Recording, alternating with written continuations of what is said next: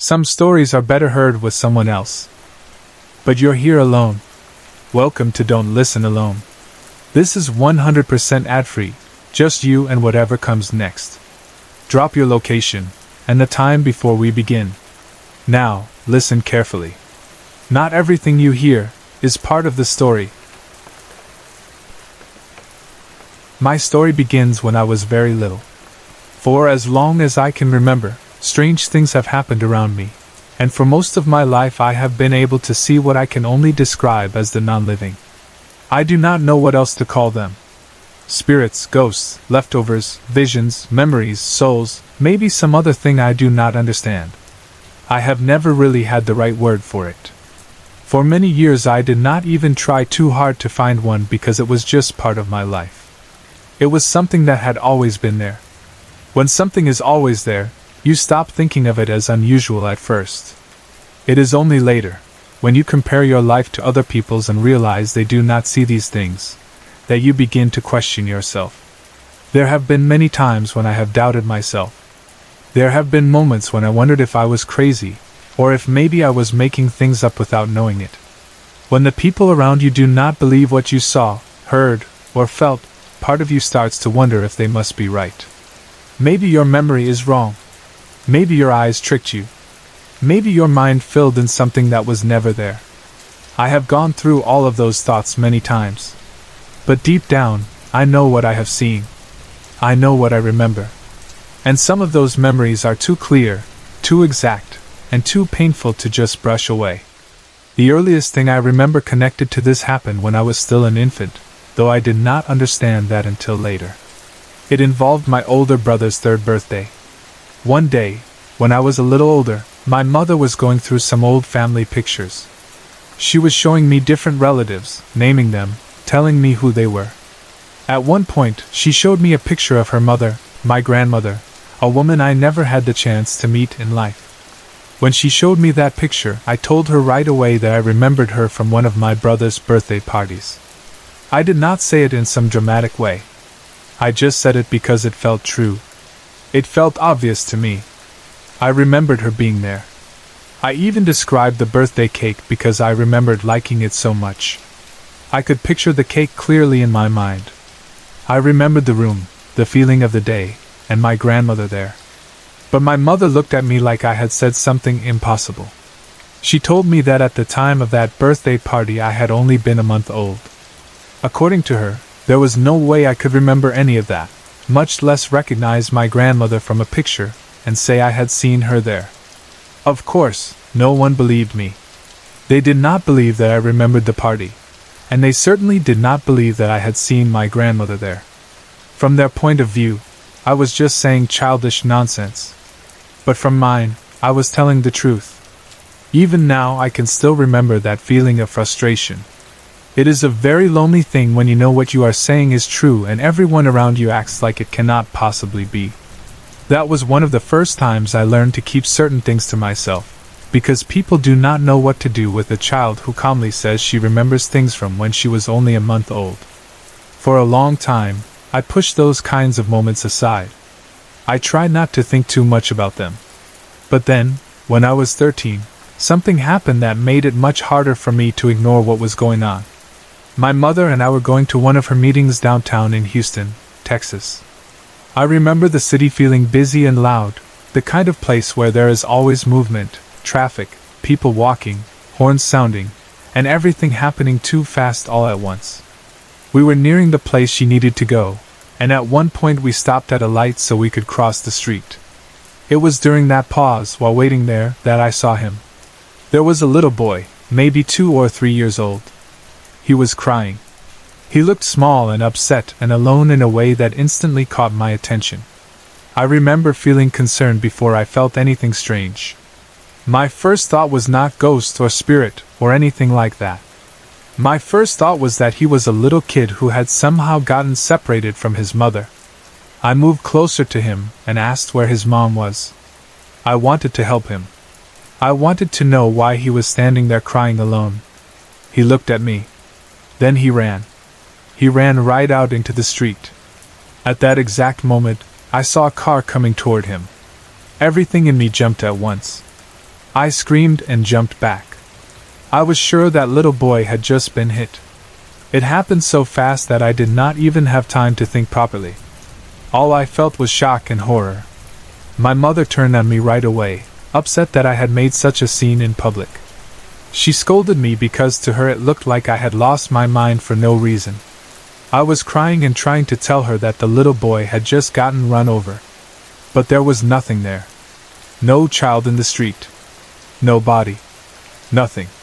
That only made me feel worse because now I did not understand what I had just seen. My mother was irritated, embarrassed, and trying to move us along, but I was shaken. We walked down to the next street, and that was when everything changed. There was a huge commotion going on. People were gathering. Some were shouting. Others were frozen in place. There were vehicles stopped, confusion everywhere, and the heavy feeling that something terrible had just happened. We learned very quickly that a family had been hit by a truck. It had been turning the corner while pulling a trailer full of wood, and somehow the trailer came loose and rammed into the family. The ambulance had only just arrived, which meant it had happened moments earlier. And there, in the road, was a little boy. Dead. His mother had suffered terrible damage to her legs, and all I can really remember from that moment is hearing her cry out to her husband, asking where her baby was. That sound stayed with me. The pain in her voice was something I have never forgotten. At the time, I was overwhelmed by the scene itself. I was in shock. I was young, scared, and trying to understand why the boy I had just seen crying on the street somehow seemed connected to this accident that had only just happened. Later that day, when we watched the news, I saw the picture of the little boy. And I recognized him. He was the same child I had seen before the accident scene. That was the moment when I truly began to believe that I could see things other people could not. Before that, I had doubts. I had memories no one believed, and strange feelings I could not explain. But that event was different. It hit me hard because it was not vague. It was not just a feeling. I had seen that child. I had spoken to him. I had watched him run into the street, and thought I saw him get hit, even though in the moment there had been nothing there. Then I found out a real child had just died nearby, and later I recognized him on the news. That was too much to dismiss. For nights after that, I could not sleep. It was not only because of what I had seen. It was because of the guilt. That is the part that people may not understand unless they have gone through something like it. I felt guilty, even though logically I knew I had not caused anything. I kept thinking that maybe there was something more I should have done. Maybe if I had understood sooner, maybe if I had grabbed him, maybe if I had shouted louder, maybe if I had somehow done anything different, maybe the child would still be alive. I know now that this kind of guilt often comes after traumatic events even when it makes no sense. But at 13, all I knew was that I had seen him, and then he was dead. That was enough to haunt me. About a month after that, while we were living in a trailer park, I had another encounter. This time it involved one of our neighbors, a man we all called Mr. Pete. I was outside playing when I saw him coming home. He walked toward his trailer, and we exchanged greetings. He was one of those older neighbors you notice because they are kind to children. I liked him because he was always nice. He never scared us away or acted mean. He was just one of those familiar adults in the neighborhood who made things feel normal. That day, I did not think anything was strange about seeing him. It was evening, and I remembered that around that same time every day, he usually went out to get his mail. So seeing him walking back toward his home felt ordinary enough. It was a Friday, I remember that clearly, because I was happy that I did not have school the next day and had stayed out later than usual playing. That was the last time any of us ever saw him. A week later, his children came to the trailer and started clearing out the place. I asked why he was moving. They looked at me strangely and told me they were selling the trailer because he had died the previous Friday morning in the hospital from a stroke. Friday morning? Before I had seen him Friday evening. That was the kind of moment that makes your stomach drop. I remember standing there trying to process it. If he had died that morning, then who had I spoken to later that evening? I knew what I had seen. I knew we had said hello. I knew I had watched him walk toward his home like always. But according to his children, he had already been gone. After that, I started pulling away from that part of my life. I did not want to keep having these experiences. The guilt from the little boy, the shock of seeing Mr. Pete after his death, all of it became too much. I closed myself off as best I could. I tried not to pay attention. I stopped reaching toward that strange side of things and tried instead to focus on ordinary life. For a while, nothing major happened. I thought maybe it had ended. I thought maybe whatever had been going on with me as a child and teenager was over. I was wrong. When I was 20, I had just moved out of my family home and into a new apartment with my best friend. I loved that apartment. It felt like freedom. My own place. A new start. I had a habit then of going to wash clothes very late at night. I preferred doing laundry when no one else was around. I liked the quiet. I liked not having to wait for machines or deal with strangers in the laundry room. One night, I went down late as usual and found a girl in there doing her laundry. That in itself was no big deal. I did not really talk to her much. I only asked if she was almost done because I wanted to know when I could use the machines. She looked at me but did not answer. I thought that was rude, but I was not going to start an argument with a stranger in the laundry room in the middle of the night. So I let it go. I stood there and waited while she finished what she was doing. I watched her load clothes into the dryers. At least 4 of them. I know that because I waited around 20 minutes for her to finish. I was paying attention because I wanted the machines.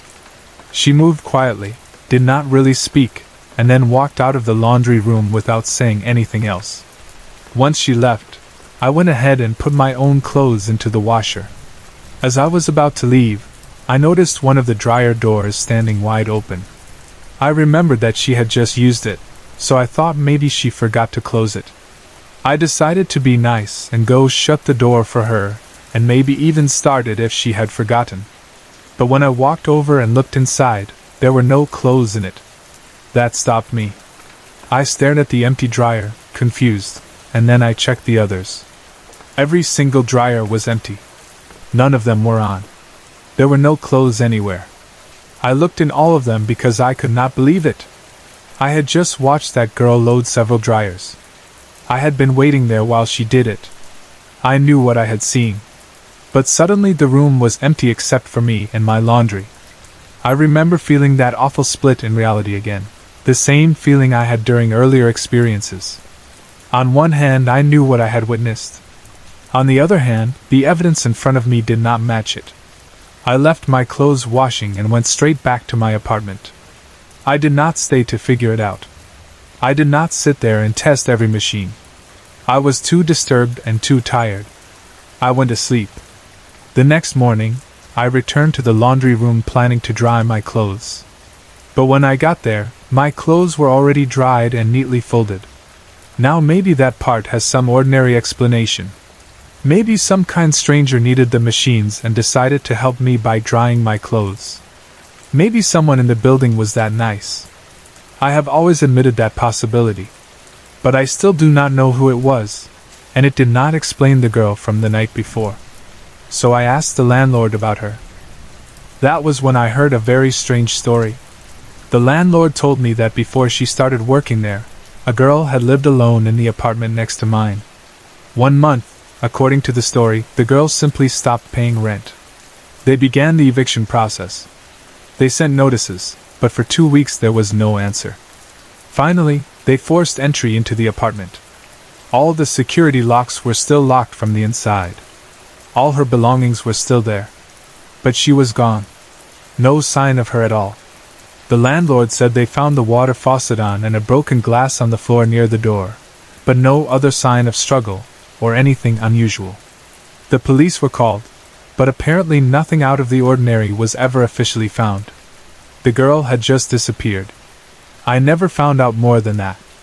I cannot say for certain that the girl in the laundry room was her. I cannot prove it.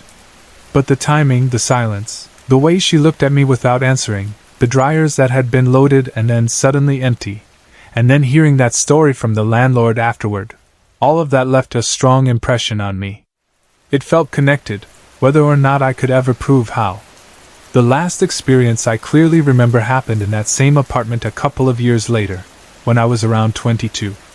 It was my roommate's birthday, and she had a lot of people over. The apartment was full of noise, music, laughter, and all the usual mess that comes with a birthday celebration. I had a headache and was not really in the mood to be part of it, so I went to bed early. Sometime around 4 in the morning, I woke up because I needed to use the restroom. To get there, I had to cross through my roommate's room first.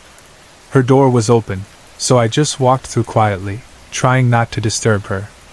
I used the restroom and then started heading back to my own room. On the way back, I glanced into her room and saw an older woman sitting on the bed with her. What is strange is that it did not startle me in the moment. I think that was because I was still mostly asleep. My mind took it in without fully reacting. I remember noticing her, but not panicking. I just accepted it somehow, the way you sometimes accept strange things in that half-awake state. The woman looked older, calm, simply sitting there with my roommate. I did not stop or question it then. I went back to bed. The next morning, my roommate and I were talking about her party, laughing about how much fun everyone had, when I casually asked, "So who was that lady who spent the night with you? Did she have too many shots so you did not let her drive home?" My roommate looked at me in complete confusion. She asked me what I was talking about. I still did not think much of it. Since she worked as a server in a restaurant, I knew she had friends and coworkers of all ages. So I just described the woman I had seen sitting on the bed with her. The moment I described her, my roommate went white. She looked shocked in a way that immediately made my stomach tighten. Then she told me that when she fell asleep, she had dreamt about her grandmother. She showed me a picture, and it was the same woman I had seen sitting on the bed with her. That moment stayed with me in a way different from the others. There was no tragedy attached to it. No guilt. No fear the way I had felt with the boy in Houston or the confusion I felt seeing Mr. Pete. This one felt more intimate. More tender. It felt like I had accidentally witnessed something personal, a quiet moment between my friend and someone who loved her enough to come to her in a dream. And somehow I had seen it too. When I look back on all these experiences, I still do not fully know what to call them. For a long time, I tried to shut them out. There were periods where I wanted nothing to do with that side of my life because it frightened me, confused me, or made me feel guilty. There were other times when I became curious and tried to understand more, only to find no easy answers. Some people would probably say I am sensitive to spirits. Some would say I am imagining patterns where none exist. Some would say it is intuition. Some would say trauma and memory can twist things. I have heard all kinds of explanations, and still none of them fully explain everything. The hardest part has always been the doubt. Not only other people's doubt, but my own. Sometimes I still ask myself whether I am crazy. Sometimes I still wonder whether I somehow make these things up without meaning to. But then I remember details too specific and too strong to dismiss. I remember the boy on the street, and the mother crying for her baby. I remember Mr. Pete smiling and saying hello. I remember the girl in the laundry room loading dryers that somehow ended up empty. I remember the older woman on my roommate's bed and the photograph the next morning. And when I hold all those memories together, they do not feel like inventions. They feel like pieces of a life I never asked to have, but have lived anyway. What has always struck me is that these encounters are not always frightening in the same way. Some are terrifying because they involve death or guilt. Some are unsettling because they break the ordinary rules of reality. Some are almost peaceful, like the last one with my roommate's grandmother. But all of them carry that same feeling of seeing something just slightly beyond the edge of normal life. I do not know why it happens to me. I do not know why some people can move through the world never seeing anything like this while others seem to stumble into it over and over again. I only know that for me, it started when I was very little and never fully left. Maybe it began with my grandmother at my brother's birthday. Maybe it began even earlier than that. Maybe some people are simply born with the door cracked open a little wider than usual. I cannot say. What I can say is that these experiences changed the way I see life, death, memory, and the space between them. They made me less quick to dismiss what others say they have seen. They also made me more careful, because seeing does not always mean understanding. There were times when I wished none of it had ever happened. There were times when I wanted to be like everyone else and move through the world without that extra layer of strange awareness. But there have also been moments when I felt that maybe there was something meaningful in it too. Not everything I have seen has been dark or terrible. Some of it felt like sorrow. Some of it felt unfinished. Some of it felt like kindness. I still think about that little boy sometimes. That is probably the one that marked me the deepest. Maybe because I was only 13 and too young to carry that kind of guilt, even though I carried it anyway. I still think about his face. About him crying. About how I thought I could help him. About how quickly it all turned into tragedy. I think that was the first time I understood that seeing something does not mean you can change it. Sometimes you are only witnessing. And witnessing can be its own burden. I still think about Mr. Pete too. There was something so ordinary about seeing him that evening. That is what made it so strange later. It was not dramatic. There was no pale light around him, no obvious sign that he was not alive. He was just there, being himself, getting his mail like always.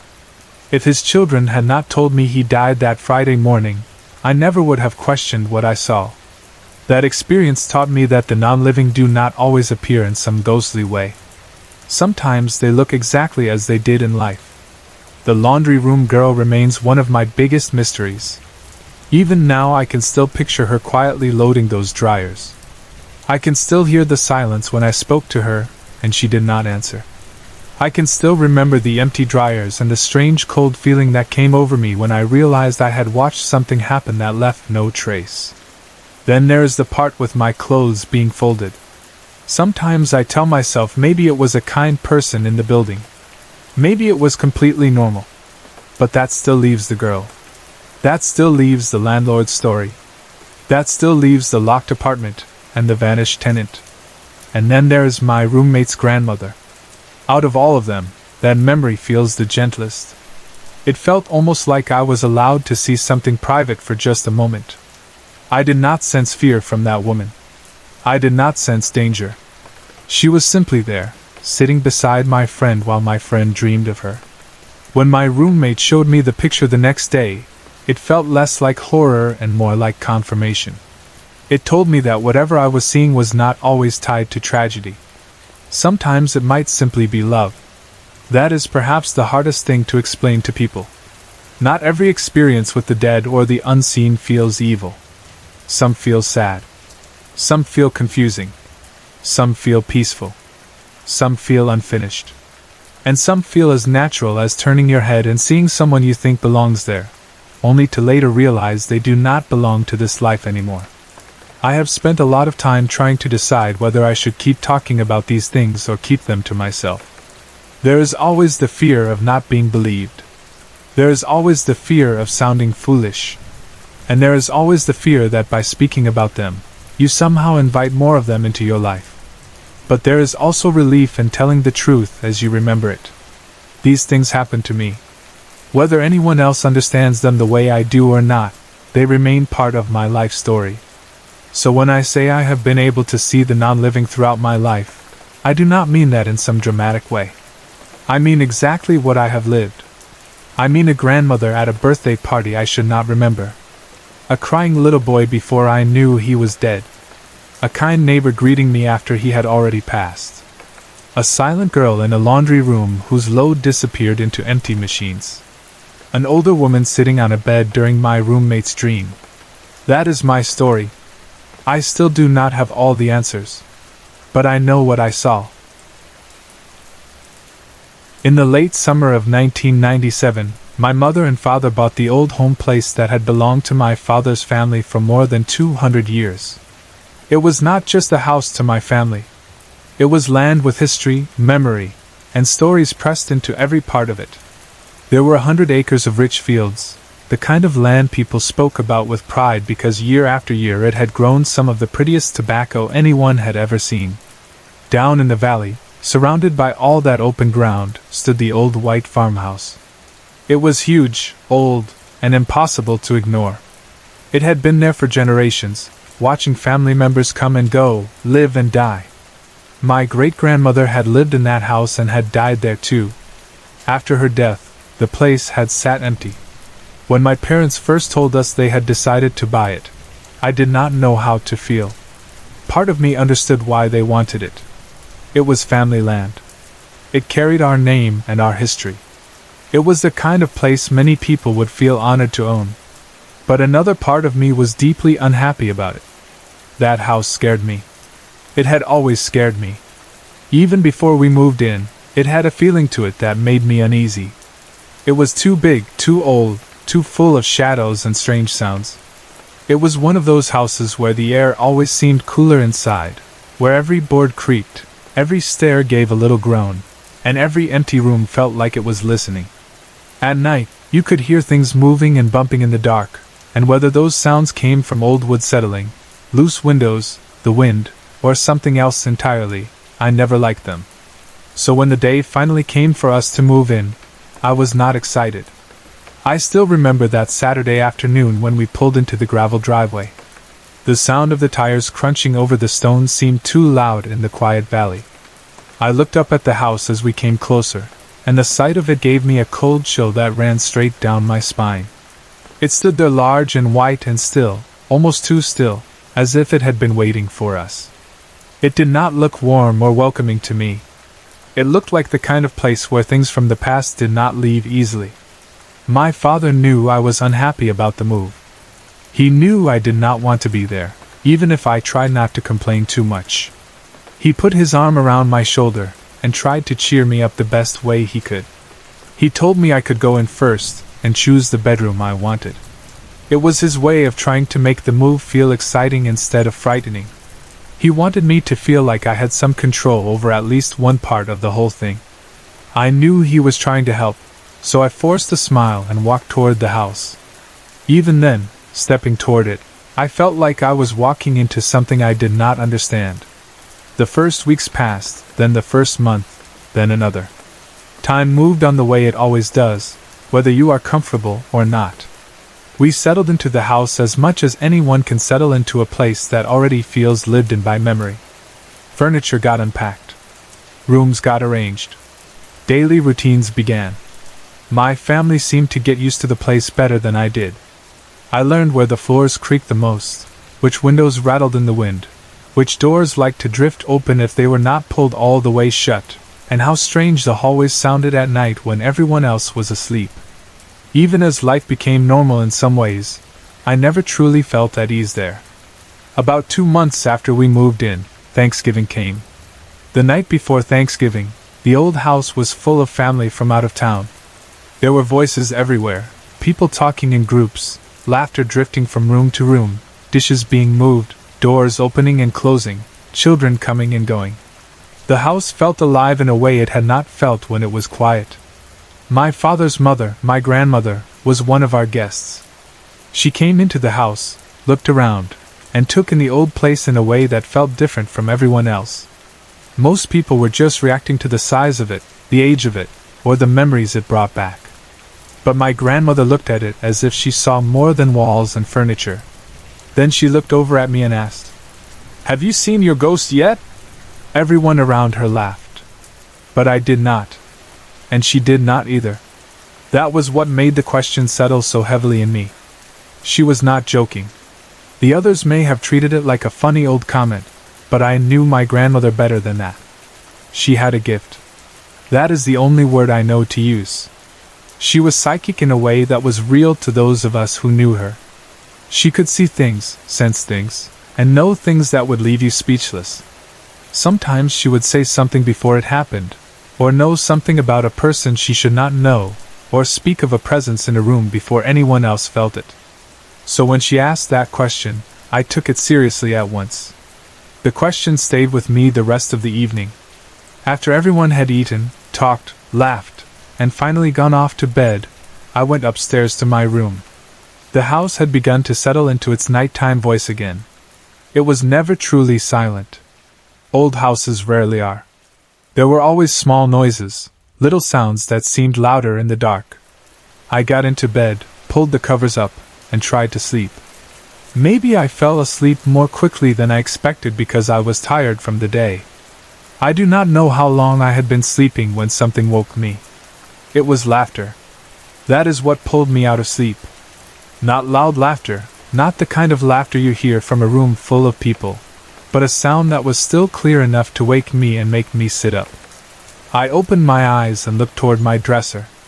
There, standing beside it, was the ghostly figure of a little girl. She looked to be about 5 or 6 years old. She had long blonde hair that hung all the way to her waist. She wore a white nightgown, and I remember especially the ruffles around the neck and the wrists because they stood out so clearly in the dim light. She was not blurry in the way dreams are blurry. She was there, pale and still and impossible. I tried to scream, but nothing came. It was as if she had me held still without ever touching me. I felt frozen, spellbound, paralyzed with fear. I could not move. I could not make my body obey me. She did not come closer. She did not lift her hands. She did not threaten me. She simply stood there staring at me. That somehow made it worse. If she had rushed toward me, maybe I would have understood my fear differently. But the stillness of her, the way she only looked at me, made the whole room feel trapped in that moment. I pulled the blanket up over my head. It was the only thing I could think to do. My heart was pounding so hard in my chest that I could hear it. And then there was this terrible strange feeling in the room, as though the air were warm and cold at the same time. I do not know how to explain that in a better way. It felt impossible and real together, like my body could not decide whether to shiver or sweat. I stayed under the blanket and did not look again. I could not bring myself to see if she was still there. Some time later, I must have fallen asleep again. The next morning, I felt foolish. That is often what happens after fear in the dark. Morning comes, sunlight fills the room, and part of you starts trying to make everything smaller and more ordinary. I sat there asking myself if maybe it had been my imagination. Maybe I had half dreamed it. Maybe the old house, my grandmother's question, and my own fear had created the whole thing in my mind. But even as I asked those questions, another part of me knew she had been real. I knew what I had seen. I went looking for my grandmother and found her sitting on the back porch. She was old by then. Her hair was snowy white, but her blue eyes were clear and sharp and full of knowing. There was something about my grandmother's face that made it hard to lie or hide from her. She looked at me and before I could say anything, she asked again, "Have you seen your ghost yet?" That took the breath right out of me. I looked at her and said yes, I had. She did not act surprised. She simply told me not to be afraid of the little girl because the spirit meant me no harm. I asked her why the girl had come to me. Grandmother said she did not know for certain, but she told me that if the girl came again, I should ask her what she wanted. That idea frightened me and excited me at the same time. I asked my grandmother how I was supposed to talk to a ghost, and she said she suspected I had the same gift she did. She said we were a bridge to the supernatural world. Hearing that made something inside me come alive, even while it scared me. Part of me did not want any connection at all to what I had seen. Another part of me wanted desperately to understand it. The next 2 nights passed without anything happening. I stayed awake longer than usual, waiting, listening, watching the room, hoping and fearing in equal measure that the little girl would return. But she did not. I saw nothing. I heard nothing beyond the usual old house noises. I told my grandmother I had stayed up waiting for the girl and she still had not come. Grandmother told me to be patient. She said the girl would come back because she could feel her presence in the house. That statement settled over me all day. The following afternoon I was in my room reading when I heard a noise from the closet. It was not a huge crash, just enough of a sound to get my attention immediately. I looked toward the closet and felt certain somehow that she was in there. I got up from my desk and walked over slowly. Every step felt heavier than it should have. I reached out, took hold of the knob, and opened the door very carefully, fully expecting to see the little girl inside. But she was not there.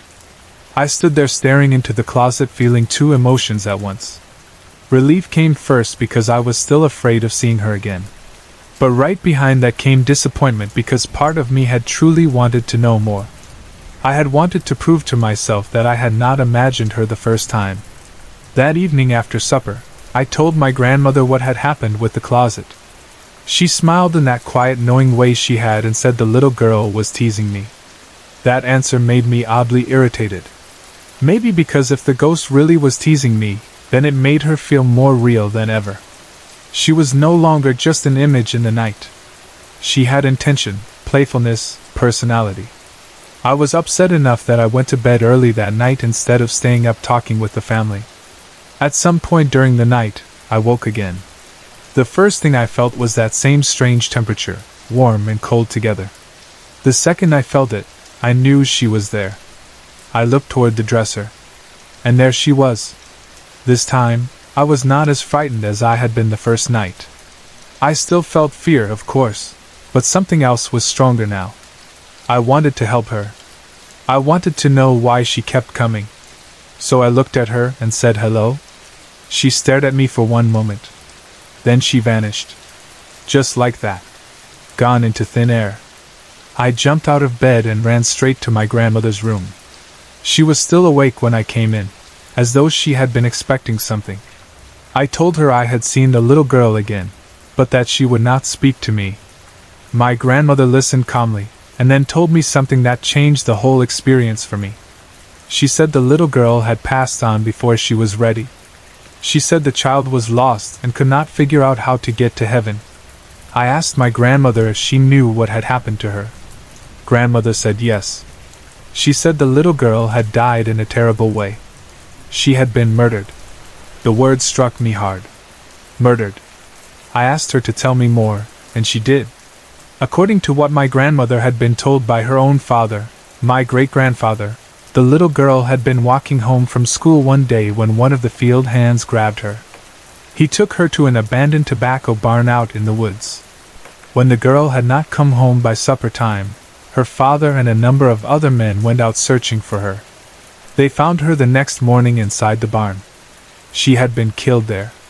Hearing that story broke my heart. The little girl beside my dresser was no longer just something frightening in the dark. She was a child who had suffered terribly and been left lost somehow between worlds. My grandmother told me the girl's name was Elise. She said her own father had told her Elise's story many times. According to grandmother, Elise would make her presence known now and then. Sometimes you could hear her laughing in the hall at night. Other times she might hide something from you as a joke. Grandmother even called her a prankster. That changed the way I felt about Elise. I felt sorry for her more than afraid of her. It was hard to be terrified of a spirit once I knew she had been hurt so badly in life. Instead of feeling only dread, I began to feel compassion.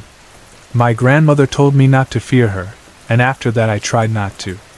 In the days that followed, I thought about Elise constantly.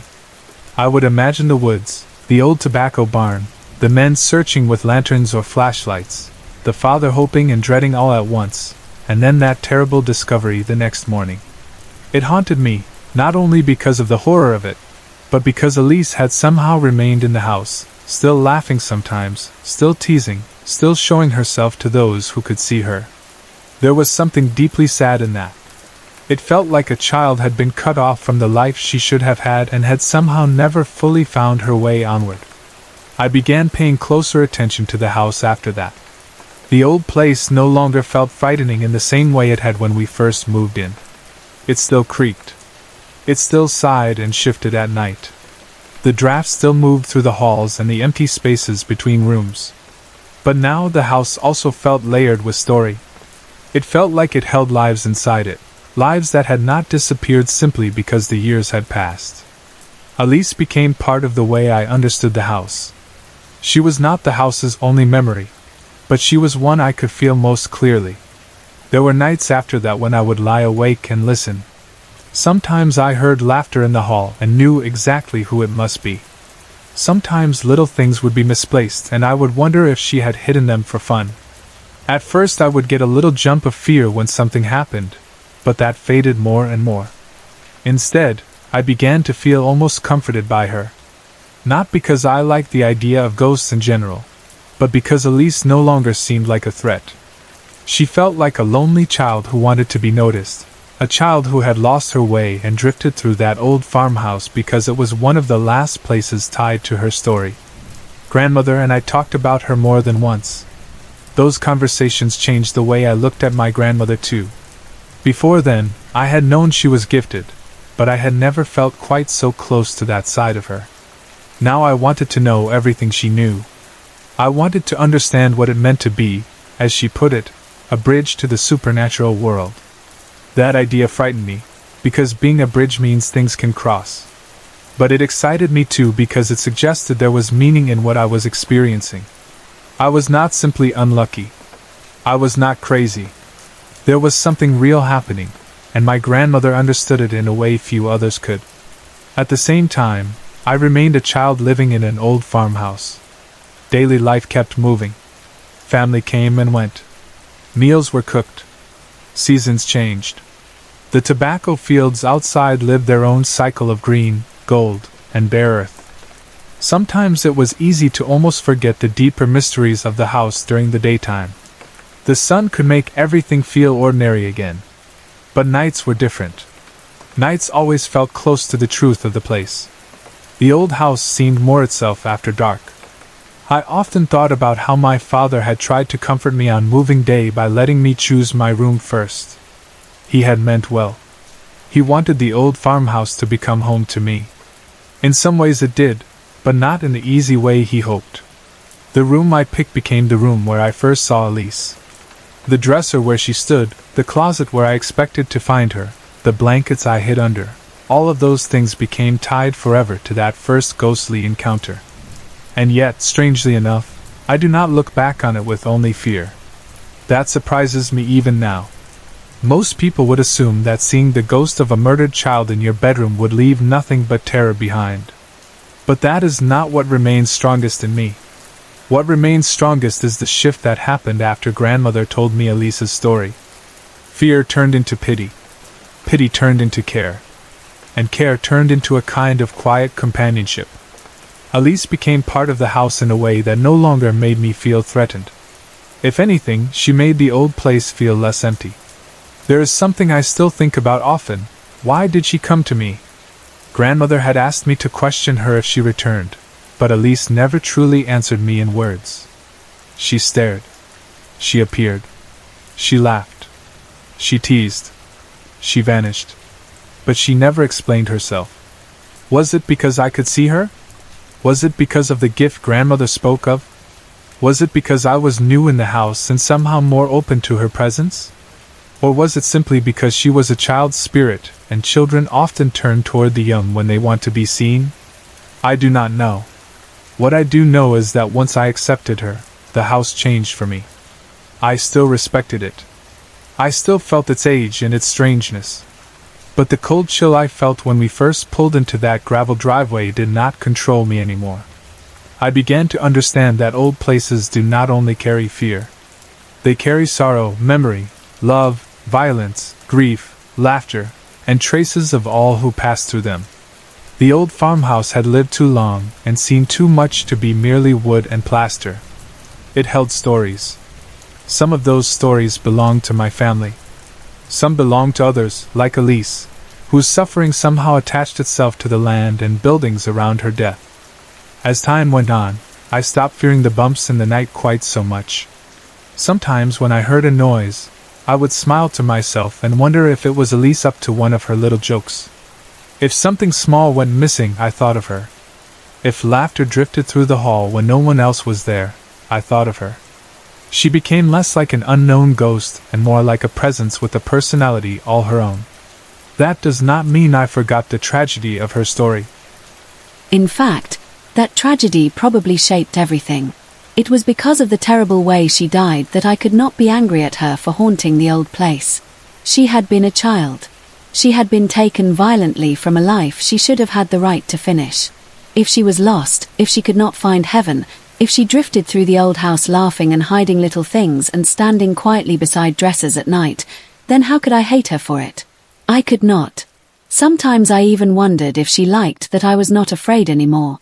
Maybe that is foolish to say, but it felt as though once I stopped shrinking from her, the whole tone of her presence softened.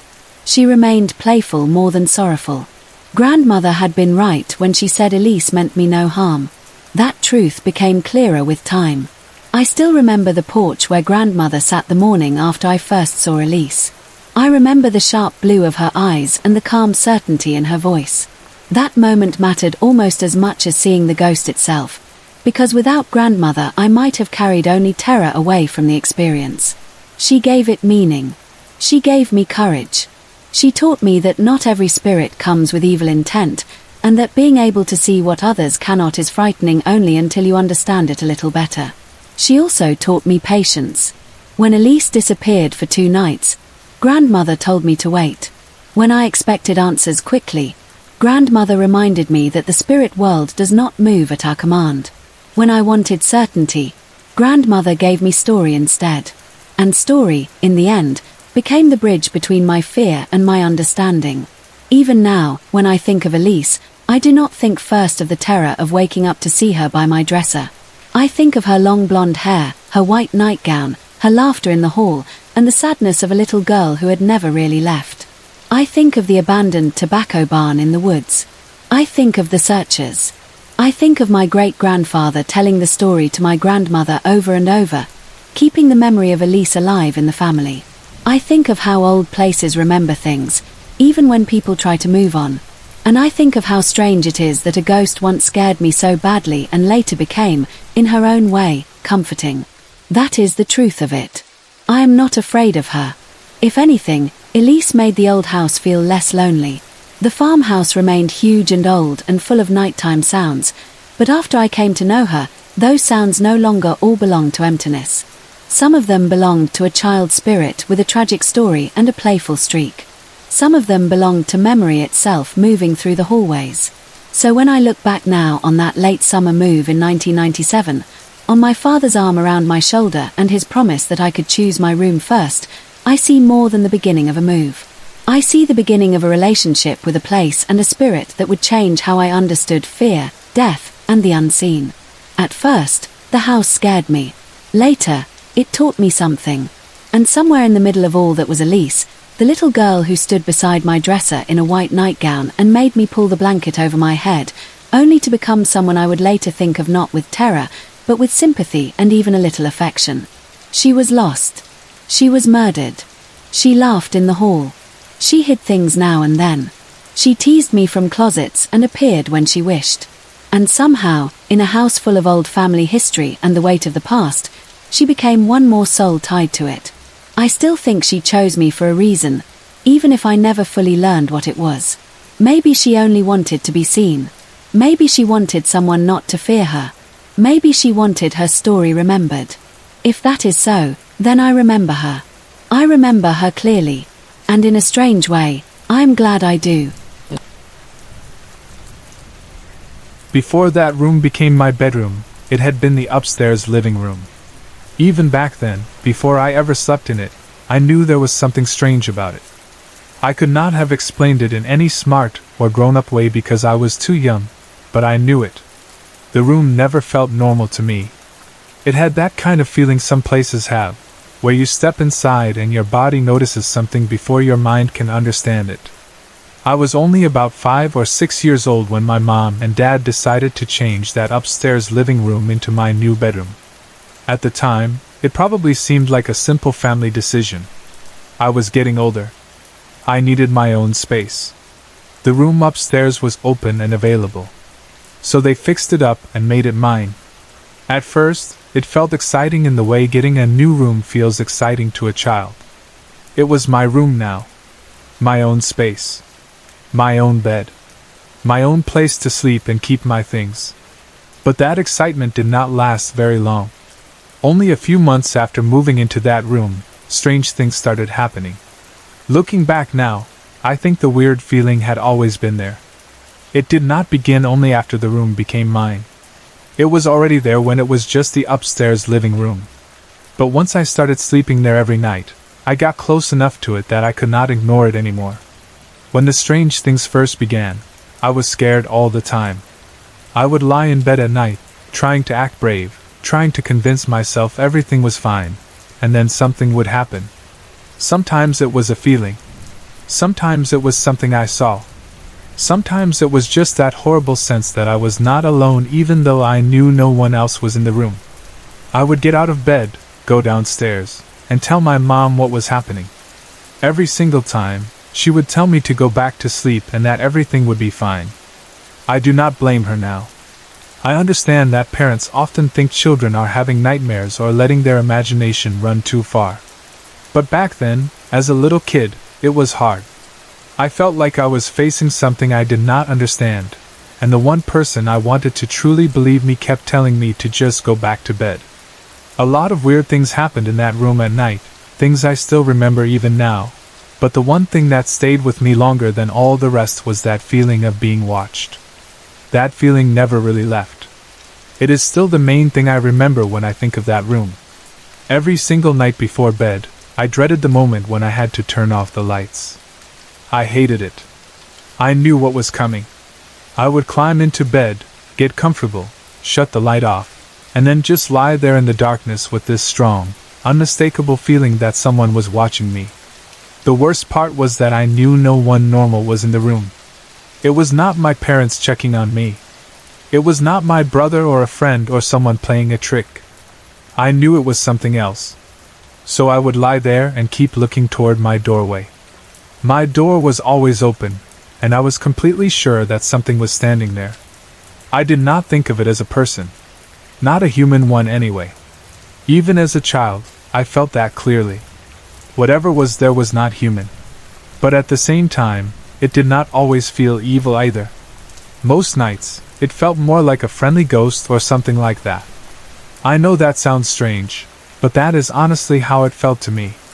I was scared, yes, especially in the beginning, but there was a difference between being scared because something unknown was there and being scared because something wanted to hurt me.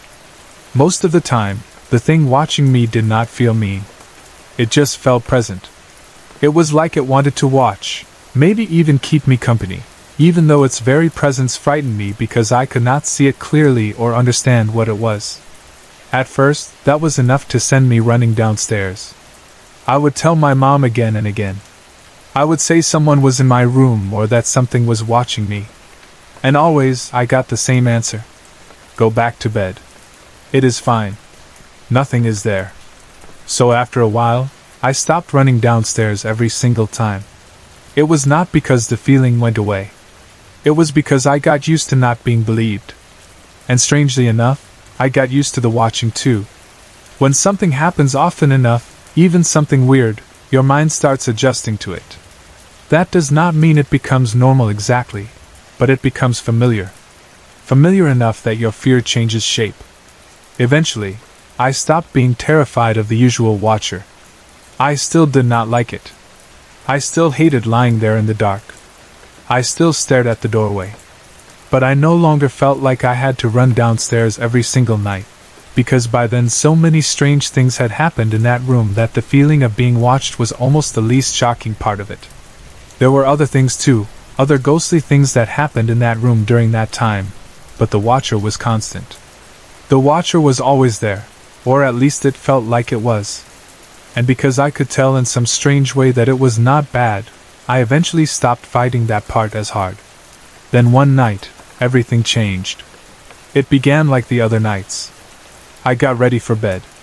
I knew I was going to feel that usual presence in the room. I probably told myself the same things I always told myself, that I could get through the night, that it would be okay, that it was only the same thing that always watched me and never actually hurt me. I prepared myself the way little kids do when they are trying to be brave in a situation no one else seems to understand. But the second I got into bed that night, I knew it was different. The energy in the room felt completely wrong. That is the best way I can explain it even now. The room did not just feel occupied. It felt heavy. It felt angry. It felt sad and mean and depressing all at once. It was a thick feeling, like the air itself had changed. I had spent so many nights in that room feeling watched that I knew the difference right away. This was not the same thing. This was not the usual presence that made me uneasy but never truly threatened me. This felt darker. Worse. Like something had come into the room that did not belong there, even among all the other weirdness. That night, I really did not want to sleep in my room. I remember that feeling so clearly. I wanted to get up. I wanted to go downstairs. I wanted out. But like a lot of children, I also wanted to be brave and not make a fuss if I did not have to. At first, I told myself I was only scaring myself. I tried to calm down. I lay there trying to breathe normally and thinking maybe if I just stayed still, the feeling would pass. For a little while, I convinced myself I was being silly. Then the feeling of being watched came. Only this time it was not the same. The normal watcher, the one I had gotten used to, never felt like this. This new feeling was cruel. That is the word that comes closest. It felt like something mean was looking at me. Something violent. Something that did not just want to watch but wanted to frighten me, maybe even hurt me. I felt that instantly. Even at that age, I knew this was not the usual spirit. I knew it in my bones. Whatever was there that night was not the thing I had learned to live with. This was something else entirely. By then I was terrified. I looked toward the doorway. And that is when I saw it. Standing there in the doorway was a huge black shape. I call it a black blob because that is the first description that comes to mind, but it was not just a shapeless spot of darkness. It had form. It looked like the shape of a man, but thick and black and long somehow, like darkness had gathered itself into a body shape. It stood there for the briefest moment, and the second I looked right at it, it zoomed away so fast it was like it had never been there at all. That made it worse. If it had just stayed there, maybe I would have frozen longer trying to understand what I was seeing. But the speed of it, the way it moved, the way it vanished out of the doorway so quickly, told me it knew I had seen it. That instant reaction made it feel intelligent, deliberate, aware of me. And even though it disappeared from sight, I could still feel it in the room. I knew it had not truly left. It had only moved. I did what any terrified child would do. I pulled the covers over my head. I always called it my blankie force field. That was my way of surviving fear as a child. If the blanket covered me, then somehow I was protected. It is amazing what children can believe when they are desperate to feel safe. I hid under the covers and stayed there completely still, frozen in fear, hardly breathing. I do not know exactly how long I stayed that way. In memory it feels like forever, but it was probably only about a minute. Still, when you are that scared, 1 minute feels like a very long time. Then I made a run for it. I threw the covers off, jumped out of bed, and ran as fast as I could out of my room. One summer, my uncle told me a story that stayed with me for years. He told it at a time when certain things in our family had already made us wonder if some of us were more sensitive than others to things that most people never notice. Strange experiences were not completely unheard of in our family. In fact, by then it had already become well known among us that my late grandmother, on my mother's side, had often experienced things that could not easily be explained. She had prophetic dreams many times in her life, dreams that later seemed to come true in one way or another. She had also encountered ghosts, not only in her home in Ohio but even while traveling abroad on vacations. She was a very spiritual woman, and the older I got, the more I understood that she had lived with a sense that the world was larger and stranger than most people like to admit. When I was 17, I was telling this same uncle about strange things that had happened in my own family home in Columbus, Ohio. I do not remember every detail of that conversation now, but I do remember the feeling of it. It was one of those talks where you finally say something out loud that you usually keep to yourself because you are not sure how people will react. Most people either laugh, change the subject, or try to explain everything away as imagination, fear, stress, coincidence, or poor memory. But my uncle was different. He believed every word I said. Not in a dramatic way, not in a way meant to encourage fantasy, but in a calm, steady way that made me feel less foolish for sharing it. He told me that he too had experienced things that made him feel as though he had access, at times, to something other people usually could not see. Then he told me his own story. It took place in a very old farmhouse out in the countryside near West Lafayette, Indiana. He had bought the house in the late 1980s, but even then it was already well over 100 years old. According to what he had been told, it had probably been built around the time of the Civil War, or perhaps a little after. It had been remodeled inside over the years, so it was not falling apart or frozen in the past exactly, but it still kept many of its original details. That mattered because even though it had been modernized in some ways, it still felt like a house that belonged to another time. It still carried old designs, old decorations, old wood, old doors, and the kind of layout you do not see much anymore. It was a big house too, as many farmhouses from that time were. Rooms were spread out, ceilings were high, staircases had presents, and the whole structure had enough space for his family of 5. I can picture the way he described it. Not as some horror movie house with broken windows and vines climbing the walls, but as a real family home in the country. Large, old, lived in, and quiet in that way country houses can be quiet, where the silence is broken only by wind, distant machines, insects, animals, and the little sounds of old wood adjusting itself to heat and cold. Houses like that often have a personality even before anything strange happens. They feel settled, but not asleep. They feel like they have seen too much to ever become truly empty. The first thing that made my uncle wonder if something unusual was going on in that house involved the attic door. The attic door was at the top of the staircase that led from the first floor to the second. It was not tucked away somewhere hidden and forgotten. It sat in a place where you had to notice it every time you went up or down those stairs. Because of that, any strange activity around that door would have been hard to ignore. According to my uncle, there were several times when he was walking up those stairs and saw the doorknob begin to turn by itself. Not just twitch. Not shake a little. Turn. He said it would start turning slowly, as though someone on the other side was reaching for it and carefully trying to open the door. He would be there on the staircase watching it happen in front of him. The knob would turn all the way, enough that it should have released the latch if a person were truly opening it. Yet the mechanism never clicked, and the door never actually opened. That detail always stood out to me.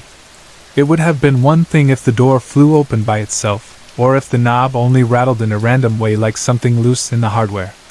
But the way he described it felt deliberate. Slow. Controlled.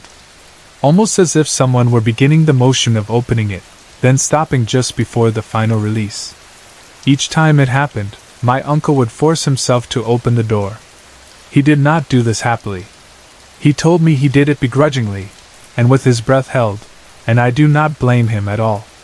Just imagine standing on those stairs, seeing that knob turn as if a hand invisible to you were working it, then stepping forward to open the door and find out what, if anything, is on the other side. That takes a kind of nerve even if you are trying hard to stay rational. Yet every time he opened it, there was nothing there. No person. No animal. No broken mechanism that explained it in an obvious way. Just the attic beyond, ordinary and empty looking. That alone would have been enough to make a lot of people uncomfortable in their own home. But he told me that was not even the strangest part of living there. In fact, in his mind, the attic door may have had less to do with what later happened than the emotional atmosphere around the family at that time. He even said to me that perhaps the next part of the story had less to do with the house itself and more to do with our family.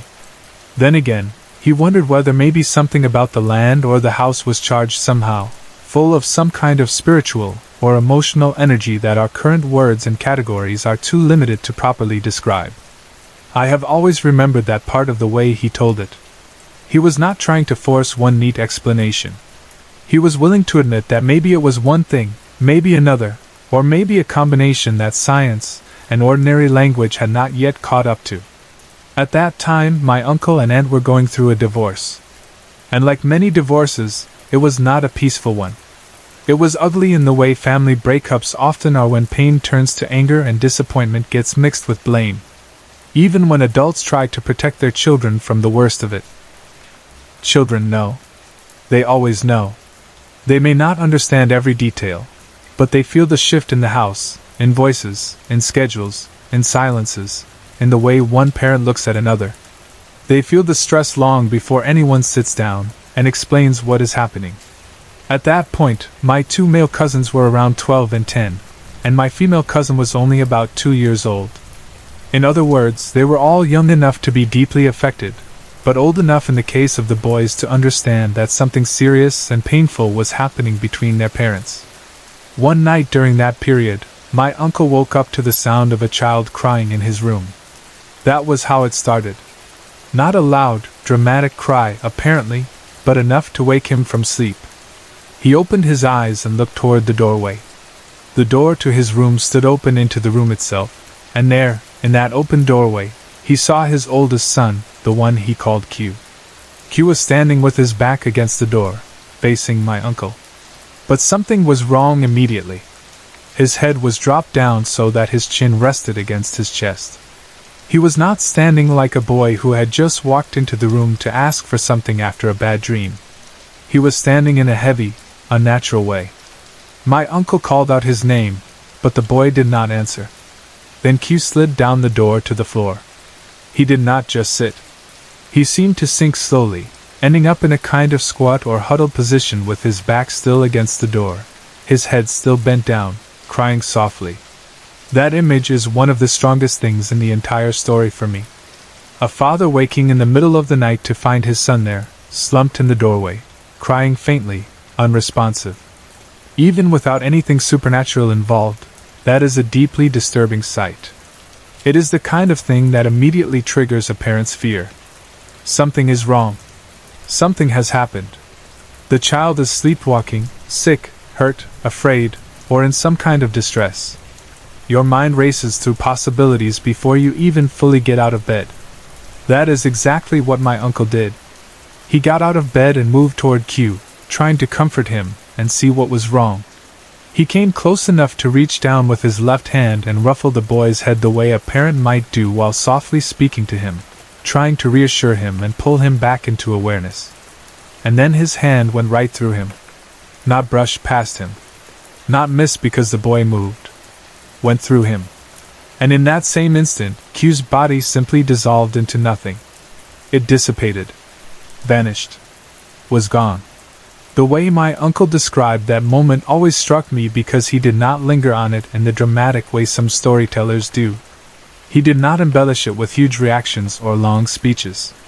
He simply said that his hand passed through his son's head and the figure was no longer there. That plainness made it feel even more real to me, not less. A person who is inventing or exaggerating often leans too hard on drama. My uncle was not like that. He was intelligent, educated, disciplined in his thinking, and not at all someone prone to wild fantasy. In fact, one of the things that made the story more striking was exactly that. He was an internationally respected professor at a university. He was highly cerebral, deeply logical, and not the kind of person who built his life around superstition or emotional exaggeration. If anything, his mind was trained to question, analyze, and demand evidence. Yet this had happened to him, and he never stopped believing his own experience just because it did not fit comfortably into the usual boxes. The second the figure vanished, my uncle did not stand there in philosophical wonder. He ran. He bolted down the hall to Q's actual room because his first thought was not ghost, not hallucination, not haunting. His first thought was that this was some kind of warning or premonition. He thought perhaps his son was in danger, or sick, or dying. That is exactly how a parent's mind works under pressure. Strange as the event was, he instantly interpreted it in the most urgent possible way. He flung open the bedroom door and found his son asleep in bed. Sleeping soundly? Completely normal. He checked him anyway, of course. He made sure he was breathing normally, that he was not feverish, not injured, not in any obvious distress. Everything seemed fine. There was no sign of illness. No hidden emergency. Nothing. And yet he had just seen something that looked exactly like his son standing in the doorway crying. Nothing ever happened to my cousin afterward. That is another reason the story stayed so difficult to explain. Hugh never had health problems before or after that. He did not become sick the next day. He did not suffer some injury or traumatic event that matched the vision. There was no later revelation that would tie it neatly to one incident. As far as anyone knows, he was completely fine. So what was it? That question haunted my uncle more in an intellectual sense than in a fearful one. He did not take it as proof that the house was evil, or that his son was doomed. Instead, over time, he came to suspect that what he had seen was somehow connected to his son's emotional pain over the divorce. In other words, he began to think that maybe what appeared in his doorway that night was not a ghost in the traditional sense, but some kind of manifestation of his son's suffering. A projection. An emotional form. A spiritual expression of pain that had become visible to him for reasons he could not explain. That idea has always fascinated me, because it opens up a possibility that is different from the ordinary ghost story. Usually when people talk about hauntings, they imagine spirits of the dead lingering in places. But this event suggests something else may sometimes happen. Maybe powerful emotion, especially inside a family, can take shape. Maybe grief, fear, sadness, and stress do not always stay trapped invisibly inside people. Maybe in rare moments, under certain conditions, they appear. My uncle thought perhaps he was seeing his son's anguish over the divorce made visible in some mysterious way. And honestly, even if it sounds strange, that explanation has always felt meaningful to me. Children suffer deeply during a divorce even when they do not know how to speak that suffering clearly. A 12-year-old boy may not come to his father in the middle of the night and say, "I am grieving the breaking of this family, and do not know where to put my pain." But the pain is still there. It exists. It lives in the body, in sleep, in silence, in school days, in the changing shape of home. Perhaps that is what my uncle saw that night, not the literal boy, not the dead, not some random haunting, but the emotional body of his child, bent down by sadness and crying where words could not go. At the same time, I understand why some people would say it was all in his head. He had a lot on his mind. He was in the middle of a bitter divorce. He was probably stressed, sleeping badly, emotionally exhausted, and carrying worry about his children whether he expressed it openly or not. Those factors can influence perception.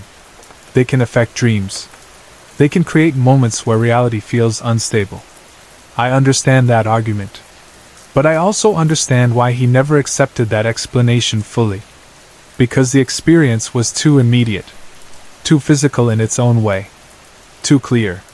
He did not simply dream that his son was sad. He woke to crying.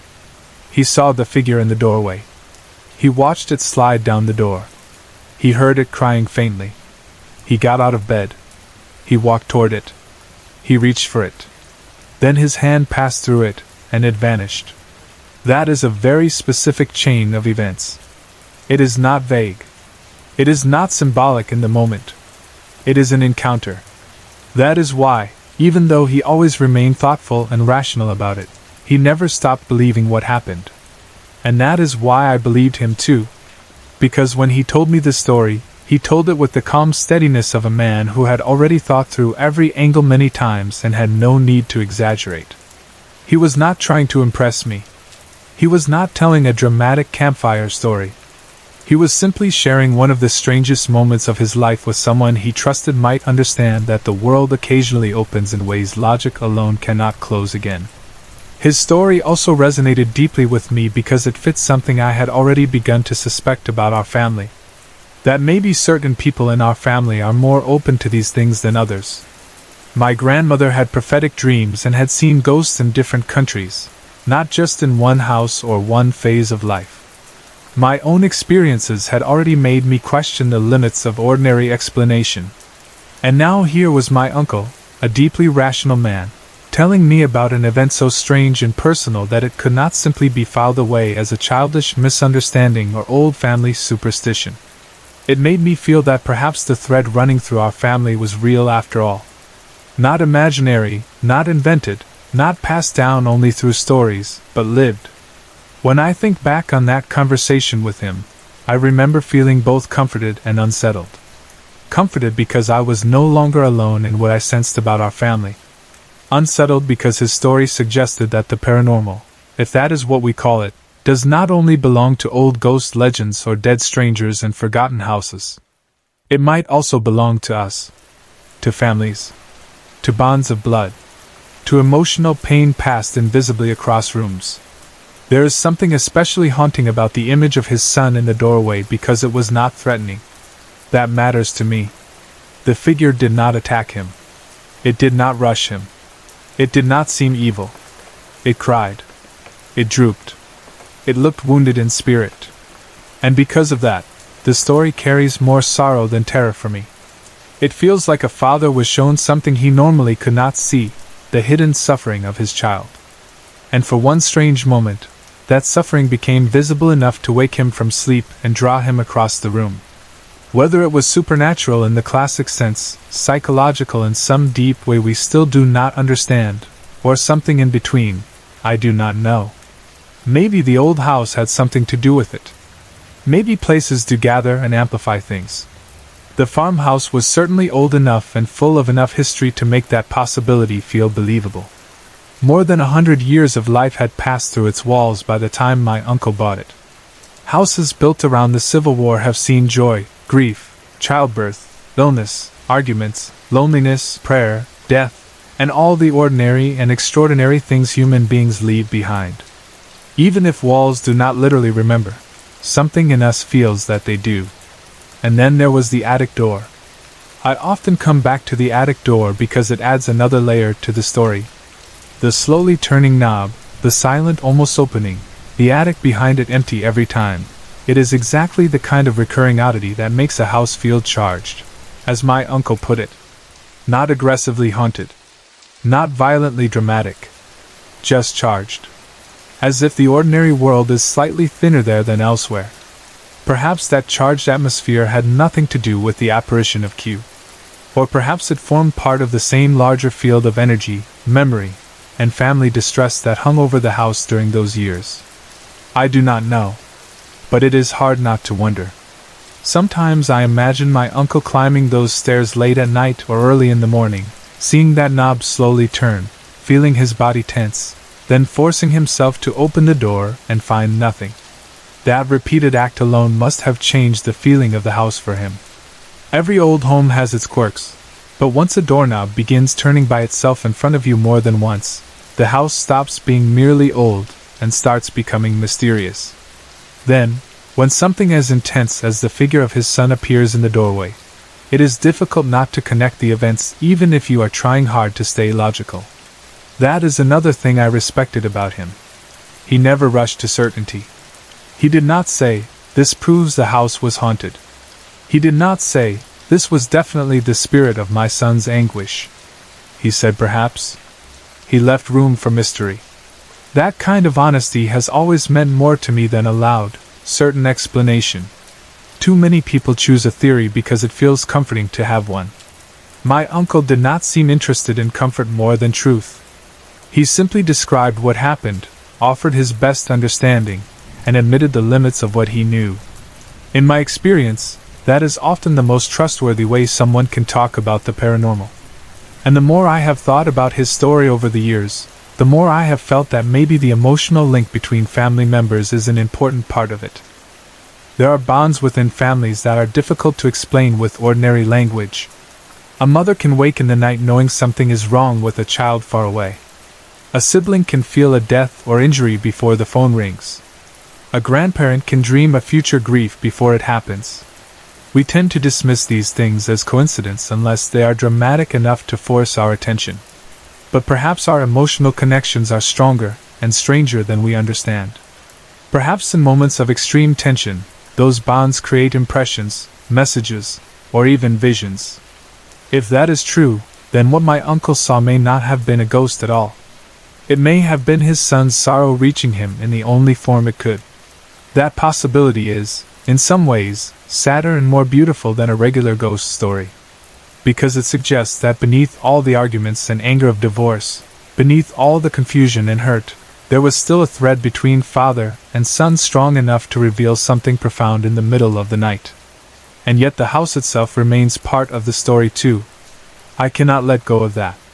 The old farmhouse near West Lafayette feels important, not only as a setting but as an active presence.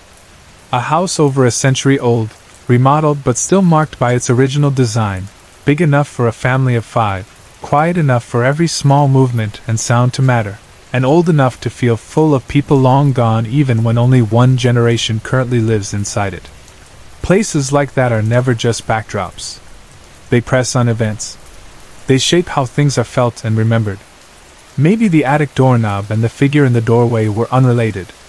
Maybe one was an old house mystery, and the other an emotional manifestation.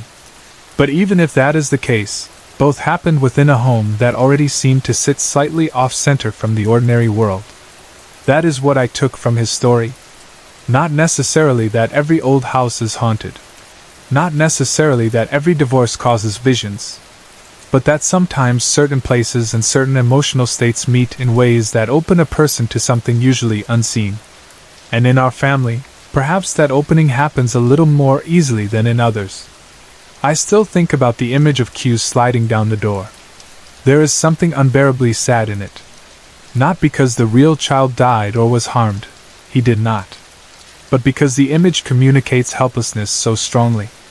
Head hanging down. Faint crying. Body sinking to the floor. It is almost the pure shape of childhood anguish, stripped of all words. If my uncle truly saw that anguish made visible, then the experience was not only paranormal. It was intimate. It was painful. It was a father being shown, perhaps for just a second, the emotional truth his son could not yet fully speak. And that, to me, is what makes the story stay alive in memory. Not the shock of the hand passing through the figure. Not even the old attic door. But the emotional depth inside the event. The sense that love, grief, fear, family, and place all collided in one impossible moment and left him with a memory no rational explanation could fully smooth over. When he finished telling me the story that summer, I remember sitting with it quietly. I did not feel like asking foolish questions or offering easy theories. I just understood that he had trusted me with something real. Whether it was ghost, vision, emotional projection, or something else entirely, it had happened to him. It had marked him. And because I already knew something of what it felt like to sense the world stretching beyond what others accept as normal, I received it seriously. I still do. If someone asked me now what I think it was, I would probably say this. I think something real happened in that doorway. I think the old house was already strange in ways that cannot be dismissed entirely. I think my uncle saw something that was deeply connected to his son and to the emotional pain of the divorce. And I think our family, for whatever reason, has long been touched by moments like that. Moments where the unseen becomes seen just long enough to leave a permanent mark on memory. That may not be a neat answer. But it is the truest one I have. Because some stories are not meant to be solved completely. Some are meant to be carried. My uncle's story is one of those. Sorry to interrupt. If you're enjoying the story, let me know in the comments and tell me where you're watching from. Don't forget to like and subscribe for more. About 4 years ago, I moved to New York to start over. At that point in my life, I felt like I needed a fresh beginning, and I believed New York could give me that. I was with my girlfriend at the time, Lisa, and the two of us had made plans together. We were serious about building a life, saving money, and getting ourselves to a better place. Like a lot of young couples trying to get on their feet, we did not have the money to immediately get our own place, so we made what seemed like the smartest decision we could at the time. We stayed with my mother in the Bronx. My mother had recently moved into a new apartment there, and while it was not huge, it gave us a place to land while we figured things out. The building itself was old, probably close to 100 years old. It had that heavy, worn feeling that old city buildings often have, even when they are still in decent shape. The floors had that old sound to them, the walls seemed to hold on to every noise, and the whole place had a kind of history you could feel even if nobody told you anything about the people who had lived there before. But at first, none of that mattered to me. I was focused on the practical side of things. We had somewhere to sleep, somewhere to keep our things, and a chance to save money. It was a one-bedroom apartment. My mother slept in the bedroom, and Lisa and I slept on an air mattress in the living room. It was not glamorous, but it worked. At that stage in life, I did not care much about comfort. I cared about getting settled, finding work, building a future, and making things happen. The living room became our little space. We kept our clothes and personal things as neatly as we could, tried not to get in my mother's way, and made the best of the situation. For the first few months, everything was completely normal. Nothing strange happened.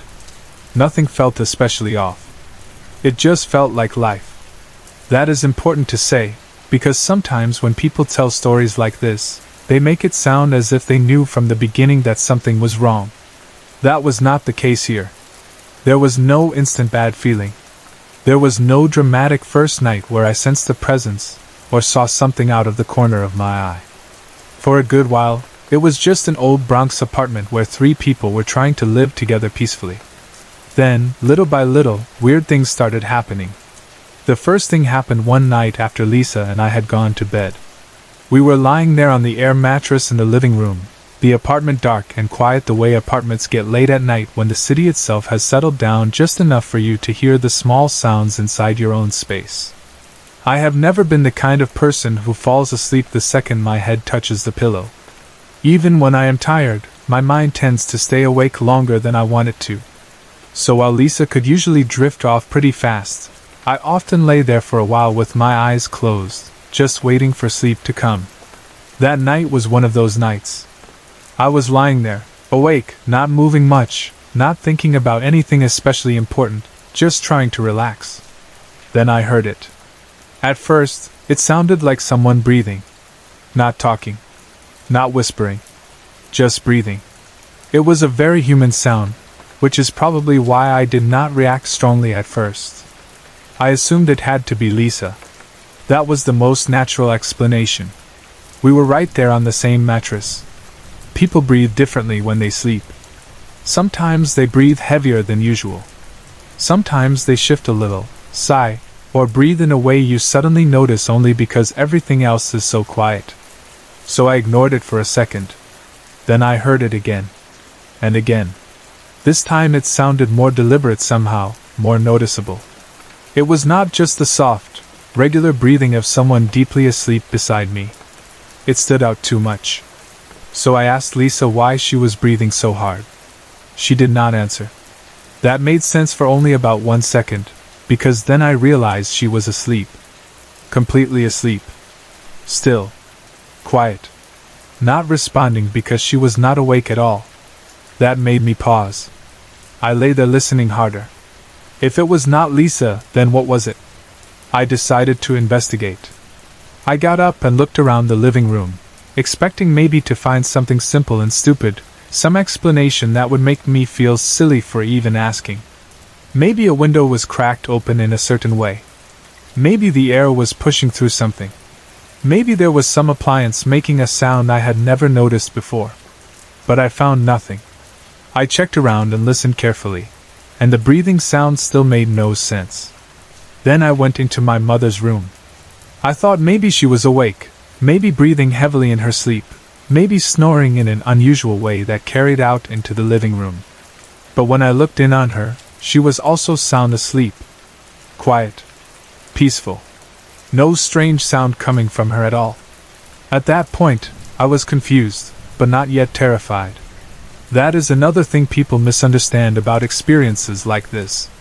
Sometimes the first strange thing does not feel terrifying right away. Sometimes it just feels baffling. Your mind is still trying to keep everything inside normal explanations. That is exactly what I was doing. I could not understand what I had heard, but I was not ready to jump to anything supernatural or frightening. So after checking around and finding nothing, I went back to lie down. It took me about an hour after that to finally fall asleep. The next morning, I said nothing. I did not tell Lisa. I did not tell my mother. I kept it to myself because it sounded too small and too strange at the same time. If I said, "I heard breathing in the room last night and could not figure out where it came from," it would sound ridiculous. People would laugh or shrug it off, and honestly, part of me was already trying to shrug it off myself. So I let it go. A few days passed. No breathing. No other strange noises. Nothing unusual at all. That almost made it easier to believe I had imagined the whole thing or somehow misheard a completely normal sound in the middle of the night. Then it happened again. Only this time, it was louder. That made a difference. The first time, it had been disturbing but easy to question. The second time, there was more force to it. It was as if whatever the sound was had stepped closer, become more obvious, less willing to be dismissed. I lay there listening, trying to figure out where it was coming from. I stayed completely still and listened for what felt like 20 or 30 minutes. The breathing sound continued long enough that I could not call it an accident or a 1-second misunderstanding. Then, after all that, it stopped. Just like that. The next morning, I finally decided to say something. I told my mother and Lisa what I had been hearing at night. I described the breathing, how it sounded like someone in the room, how I had checked on both of them and found them asleep, how it had come back louder the second time. Their reaction was exactly what part of me had expected. They laughed. That irritated me more than I wanted to admit. Not because I expected them to immediately believe in ghosts or something dramatic, but because I knew what I had heard. I asked my mother if she had ever heard anything like that before I came there, and she said no. To her, that probably settled it. If she had lived there and never heard anything like it, then in her mind maybe I had imagined it, or maybe I was just being overly sensitive because I was sleeping in the living room and not a real bedroom. Lisa laughed too. Neither of them seemed concerned at all. The next night I decided I did not want to be alone with that sound again. Instead of going straight to bed in the living room, I stayed in my mother's room playing video games while both she and Lisa slept in her bed.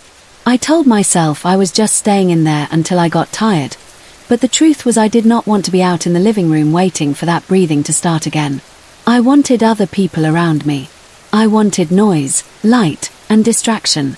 Then something else happened. Out of nowhere, my stereo in the living room turned on by itself.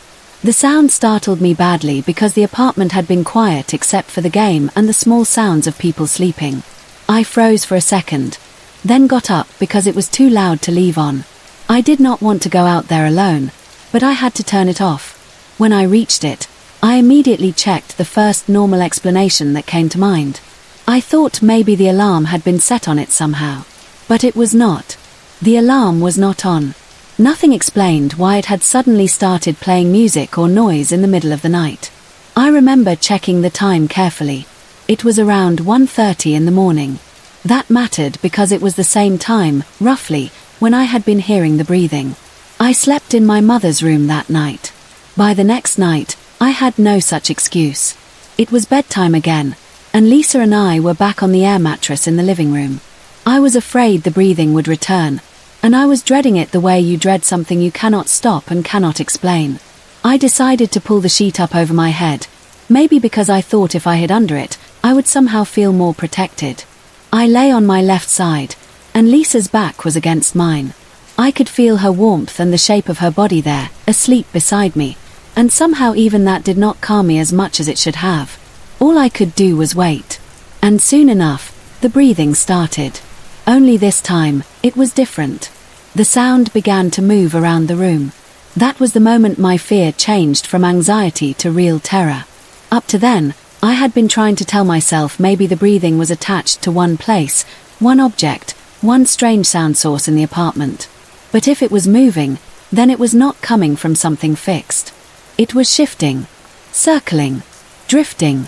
The sound grew louder, then seemed farther away, then closer again. It had never done that before.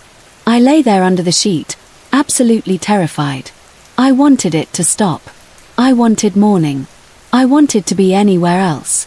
Instead, the breathing kept moving, and it started feeling closer and closer to me, as if whatever was making it was circling in on purpose. Then it happened. As I lay there on my side, I felt someone stroke my arm. Not a brush of fabric. Not the shift of the sheet. Not Lisa moving against me. A hand. Fingers. A light stroke across my arm through the thin sheet. I became instantly paralyzed with fear. I cannot describe it any better than that. It was not only that I was scared. It was that my body stopped knowing how to move. My mind went blank except for that one overwhelming fact. Something had touched me. Something that I could not see had reached out and touched my arm like a person would. And then, just as suddenly as it had begun, everything stopped. The breathing stopped. The movement stopped. The touch did not happen again. The room went still. The next morning, I could not wait to tell them. I was desperate at that point, not only to get it off my chest but because I needed somebody to take me seriously. I told my mother and Lisa what had happened, that I had heard the breathing move around the room, that I had hidden under the sheet, and that something had stroked my arm. Their reaction, unbelievably, was almost exactly the same as before. They did not believe me. Or at least they did not react as though they believed me. Maybe they thought I had been dreaming. Maybe they thought I had been half asleep and imagined it. Maybe they just did not want to encourage something they saw as paranoia. Whatever the reason, they brushed it off again. I was angry and upset by that point, and honestly hurt too. When something frightens you that deeply and the people closest to you laugh or dismiss it, it leaves you feeling isolated in a way that is almost worse than the event itself. I went to take a shower. When I took my shirt off, I noticed something on my arm. The exact place where I had felt the touch was slightly discolored. Not badly injured. Not bruised in some huge obvious way. But enough that I could see it and know that something was different there. I showed it to both my mother and Lisa. That finally made them pause. They still did not fully say they believed me, but they could not explain the mark either. Both of them admitted it was weird. The discoloration was there. It matched the place I had described. That should have mattered more than it did, but even then, they still did not fully accept that I had interacted with what I believed was a ghost. That was the hardest part for me for a long time. Not only the breathing, not only the touch, but the feeling that I had gone through something frightening and real and no one wanted to stand in that reality with me. I kept replaying those nights in my mind afterward. The first time I heard the breathing and thought it was Lisa. The second time it got louder, the stereo turning on by itself at the same hour. The third night, when the sound moved through the room and came close enough to touch me. The mark on my arm in the morning. Each event by itself might sound small to someone who was not there. But when you live through them one after another, and especially when they happen late at night in an old building where you are already not sleeping well, they begin to build into something much heavier. I also started thinking differently about the apartment itself. Before all of this, I had not thought much about the building being old except in a practical way. Old buildings make noise. Old buildings settle. Old buildings have strange wiring and odd acoustics. But after those experiences, the age of the building started to feel important. 100 years is a long time. A lot of people can pass through a place in that time. A lot of lives, illnesses, conflicts, griefs, and deaths can settle into walls and hallways before you ever unpack a single bag there. I do not know if that means anything scientifically.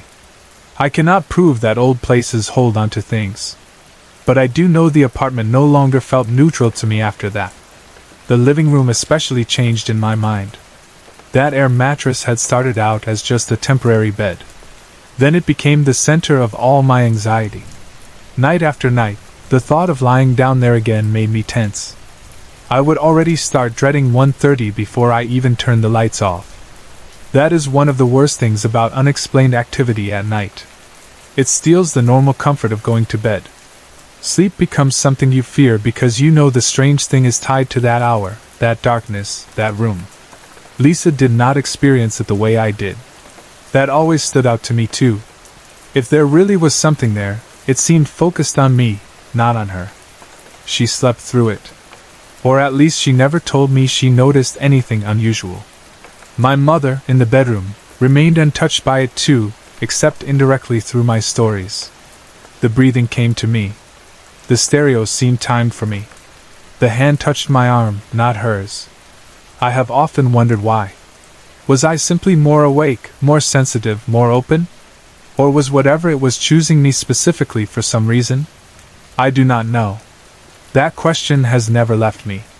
And yet the strangest part of all this is that even with the mark on my arm, even with the timing of the stereo, even with the repeated breathing, my mother and Lisa still did not fully believe what I believed. That taught me something important, though not a lesson I wanted. It taught me that sometimes you can experience something deeply real and still not be able to hand that reality to another person in a way they will accept. Some things remain yours, whether you want them or not. For a long time after that, I kept thinking about the touch. A touch is different from a sound. A sound can be explained away. A sound can be blamed on pipes, breathing through vents, neighbors, old walls, anything. But a hand is different. Fingers are different. Feeling something move gently across your arm through a sheet while you lie frozen in the dark is not the kind of sensation that disappears easily from memory. I still remember exactly how it felt. Light, almost careful, which somehow made it more disturbing. If it had clawed me or grabbed me hard, at least I could have called it violent and clear. But the gentleness of it made it more intimate, more impossible to understand. I often asked myself afterward what it wanted. Was it trying to scare me? Was it trying to get my attention? Was it simply there, moving around the room, aware of me and curious? I never got answers to those questions, and nothing that happened after gave me a clean conclusion. But I know that those nights changed the way I looked at things. Before that, ghost stories were stories. After that, they were something I could no longer dismiss quite so easily. I also started understanding how lonely it can feel to experience something paranormal, if that is what it was, when the people around you remain skeptical. People assume that having others present should make things easier, but it can make them harder in some ways. You expect comfort. You expect validation. When you do not get those things, you start doubting yourself even while knowing what happened.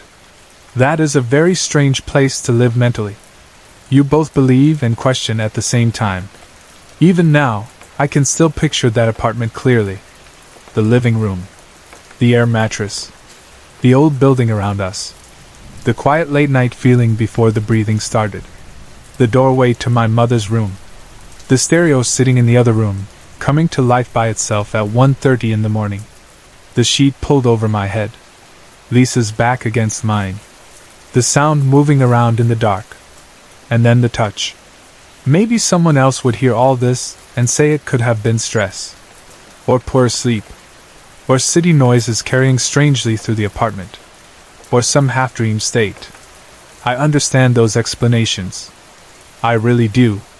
But explanations always sound cleaner from the outside than life feels from the inside. From the inside, it felt like something was in that living room with us. Something breathing. Something moving. Something willing to touch me. That is the truth of how it felt. And the mark on my arm the next morning remains one of the hardest things for me to move past, because it was physical enough to make even the skeptics pause, if only for a moment. I still wish they had believed me more. Not because belief would have changed what happened, but because it would have made me feel less alone in it. Fear shared is easier to carry than fear dismissed. Instead, I learned to hold it myself. That old Bronx apartment became, for me, more than just a place where I stayed while trying to save money and begin a new life with Lisa. It became the place where something unexplainable first made itself known to me in a way I could not ignore.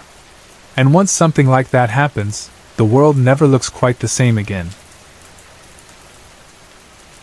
My mother, my grandmother, and my great-grandmother all had what they believed was the ability to feel the energy of spirits.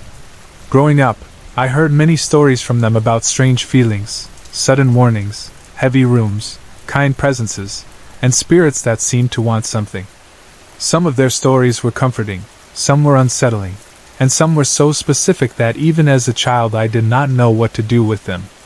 I do not know for sure if the ability to sense spirits is something people inherit in the way they inherit eye color or the shape of their face. I have thought about that many times. What I do believe is that when a family does not laugh at those feelings, when they do not shut them down right away, children in that family grow up more willing to notice what they feel. They are not taught to ignore it. They are not told they are foolish the first time they speak about it. Instead, they are allowed to keep that part of themselves open. This is the story of the first spirit encounter that I clearly remember for myself. When I was in 3rd grade, my mother, my father, my brother, and I moved to Plankinton, South Dakota. I am 22 now, and even after all these years, it still feels strange to talk openly about what happened there. For a long time I stopped telling people about it, not because I forgot, but because I learned that most people do not know how to respond to a story like this. Some want to laugh. Some want to explain everything away before you are even done speaking. Others become uncomfortable and act as if just hearing the story might somehow pull them into something they do not want to believe in. So for many years, I mostly kept it quiet. But the memories stayed very sharp. The place we moved into was not an ordinary house. It was an old township schoolhouse that had been turned into a home. Even that fact gave it a certain feeling before we ever fully moved in. It was not built to be a family house from the start.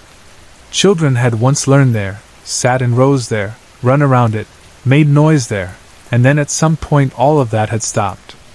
Before we could actually live in it, the place needed a lot of cleaning. So before the move was complete, we made several trips there just to clean and get things ready. On one of those early trips, my dad and I drove around the countryside near our new home. South Dakota has those wide open views that can make everything feel both beautiful and lonely at the same time. You can see far across the land, and even a single abandoned building can stand out like a memory that refused to disappear. While we were driving, we came across an old abandoned house. I still remember the first sight of it. It stood there weathered and empty, with that look some old houses get when they have not been lived in for a long time. Even as a 3rd grader, I remember thinking how beautiful it must once have been. There was something sad about it, but there was also something peaceful and deeply interesting. It looked like the kind of place that had once held many lives inside it. The next time my mom came out to clean and I was with her, I took her to that same house my dad and I had found. I wanted her to see it. I do not think I fully knew why. I was just drawn to it and wanted to share it with her. When she saw the house, something changed in her face. I still remember that expression. It was not simple fear, and it was not simple calm either. It looked like both at once. A kind of fright came over her, but so did a sense of peace. That combination stayed with me because it was so unusual. Most people do not look both comforted and alarmed by the same thing. But that is exactly how she looked. Not long after that, my mother's boss, Brenda, and her husband Dan came with us to Plankinton to help with the cleaning. My mom worked for Brenda in an antique consignment shop, and they were close then. They were the only two really running the place, so they had built a strong working relationship over the years. When we finished cleaning that day, we took Brenda and Dan to see the abandoned house. It had already become something we showed people, not because we thought it was haunted yet, but because it had a pull to it. When Brenda saw it, she said she wanted to go inside. None of us really thought there was any harm in it, so we went along. That was the first time any of us had entered the house. I can still see that moment in my mind. The old wood, the quiet inside, the smell that old abandoned places often have, like dust and time and weather all mixed together. We had all been curious, but Brenda seemed especially drawn to the place. She went in, and after a little while she came out onto the balcony. The way she looked and what she said next struck all of us. She said, "This house will be mine." At the time, that sounded odd, almost dramatic, and we did not fully understand what she meant. On the drive home to Mitchell, she told us what had happened inside. She said that when she was about halfway up the stairs, she heard footsteps coming up behind her. She assumed it was her husband, so she called out, "Dan!" But he was not there. Then, for reasons she could not explain at the time, she said another name. She said, "Ella?" That was the first time that name entered the story. When she said that, my mother shared something she had felt when she first looked at the house. She said that when she saw it, she had the sense of children playing ring around the rosy in the front yard. She had not told us that right away, but hearing Brenda say the name, Ella, made her say what she had felt. It was as if the house had spoken differently to both of them, but from the same place. Before long, we found out who owned the land and the old house. Brenda asked the owner if she could take the lumber from the house for her antique shop. He agreed. In fact, he said it was fine because he had already been planning to burn the house down to clear the land for more farmland. After that, we began going out to the house more often. It changed from being a strange building we had found into a place we returned to again and again. And with every visit, the feeling around it grew stronger. One time we took my Aunt Jan and my Uncle Dan out there with us. At some point, my aunt came upstairs and found me talking to someone. There was nobody physically there.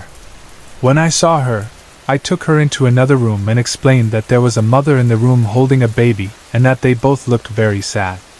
I was young, and I do not remember every detail of how I said it, but I remember the certainty of what I felt. I was not pretending. I truly saw them in my own way, or at least sensed them so strongly that I spoke as if they were there. That house had one other strange pattern that people began to notice. Every time a man tried to enter the house, something seemed to happen to him. The first time Brenda's husband, Dan, tried to go in, he was cut badly by a nail in the doorway. It was not just a little scrape either.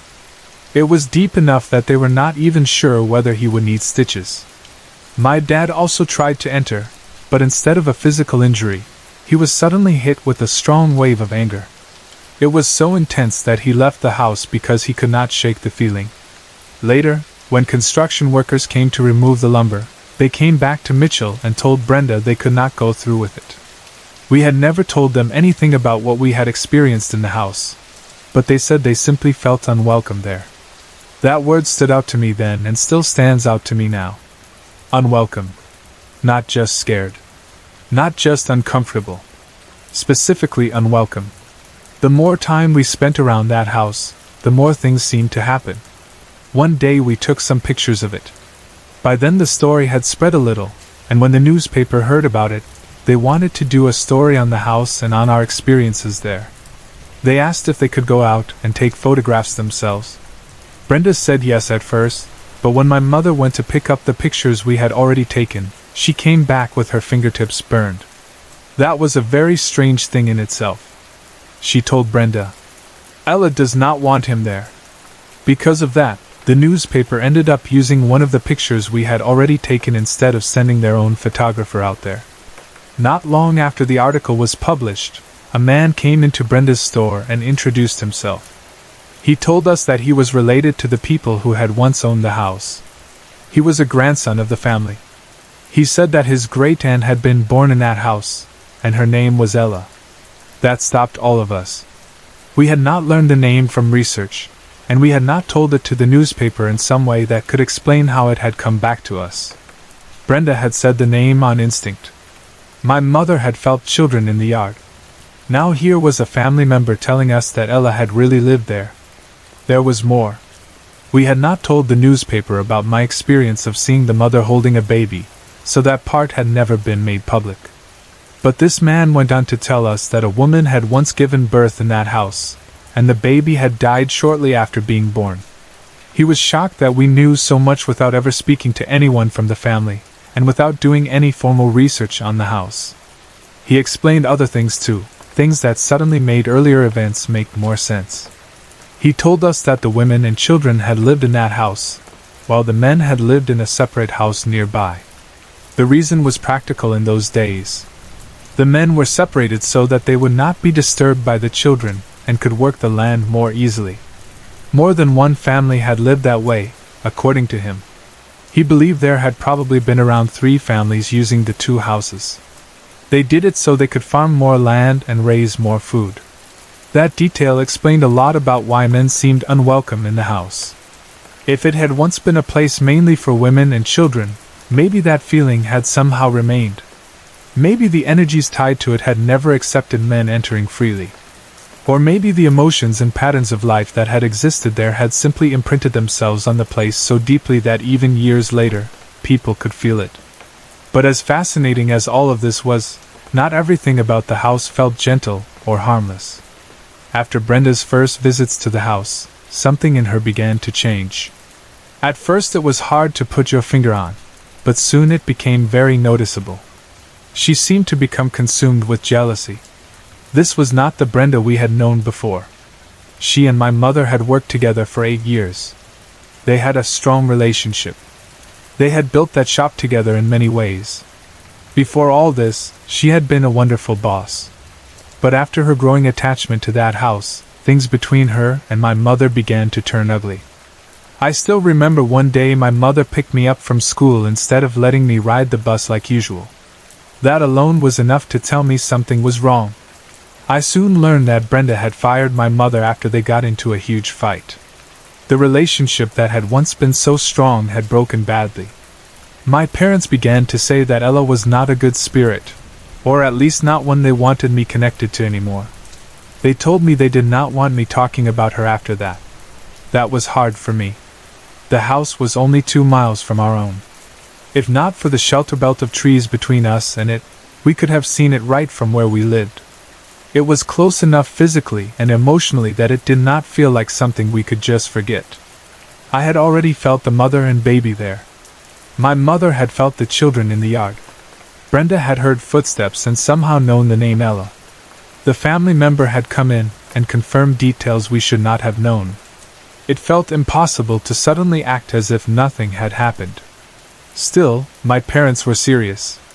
They did not want me engaging with whatever was there anymore. As I grew older, I continued to sense things in other places too. That old house was not the only place where I felt spiritual energy. But it was the first place where so many details came together so clearly, and so strongly that I could not dismiss them.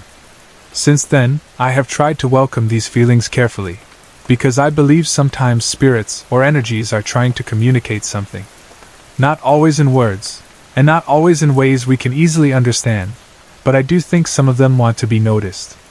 Sometimes the feeling is uneasy and heavy, and in those cases I know to be cautious. Other times the feeling is gentle and comforting. Even in our own home after that, I sometimes felt uneasy presences. Some rooms or moments would carry a heaviness that made the hairs on my neck stand up. But I have also felt spirits that seemed to be there only to comfort the living.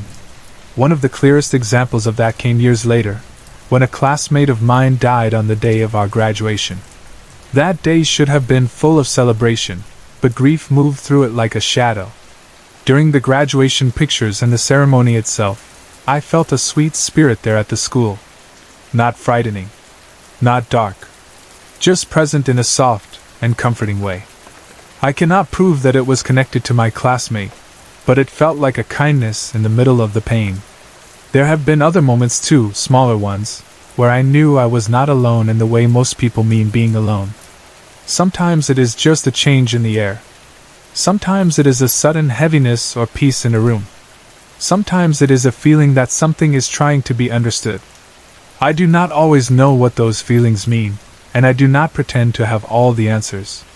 What I do know is what I have felt. It has always been hard to talk about these experiences where I live. South Dakota is full of good people, but many are very traditional in what they believe and what they are willing to believe. They do not like stepping outside what they already know. If something does not fit their view of the world, many of them simply reject it. Because of that, I learned to be careful with my stories. It is not easy to tell someone that you felt children playing in a yard where no children were, or that you sensed a mother holding a dead baby in an abandoned house, or that a spirit seemed to refuse entry to men. Most people hear things like that and assume you are exaggerating, lying, or confusing imagination with reality. But I know what I felt. And the strongest confirmation of all came from that man who walked into the store after the article came out.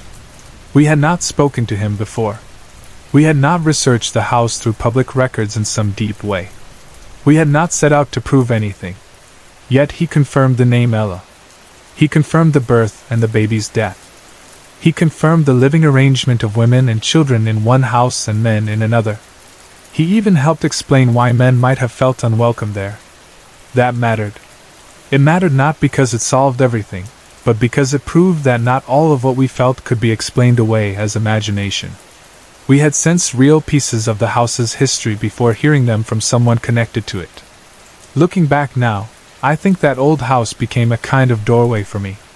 Not a doorway in a dramatic haunted house way, but a doorway into understanding that some places hold memory differently. Some places do not let go of what happened there. Some places seem to echo the people who lived, suffered, worked, loved, fought, gave birth, and died inside them. Maybe what we call spirits are not always the same thing. Maybe sometimes they are souls. Maybe sometimes they are impressions left so strongly behind that sensitive people can still feel them. Maybe sometimes they are both. I still think about the first time my mom looked at that house and how fear and peace came over her face together. That is still one of the best descriptions I can imagine for many spiritual encounters. They are not always just frightening. Sometimes they are frightening and comforting at the same time. Sometimes they feel sacred and dangerous together. Sometimes you want to step closer and back away at the same time. That house taught me that. It taught me that the spirit world, if that is what it is, cannot always be divided simply into good and evil with no mixture, no complexity, no human pain still clinging to it. Was Ella bad? My parents later believed so because of what happened to Brenda and because of the tension and jealousy that seemed to grow around the house. But I am still not sure things are that simple. Maybe the house held sorrow. Maybe it held bitterness. Maybe it held women's pain, children's deaths, and old family patterns that had never been healed.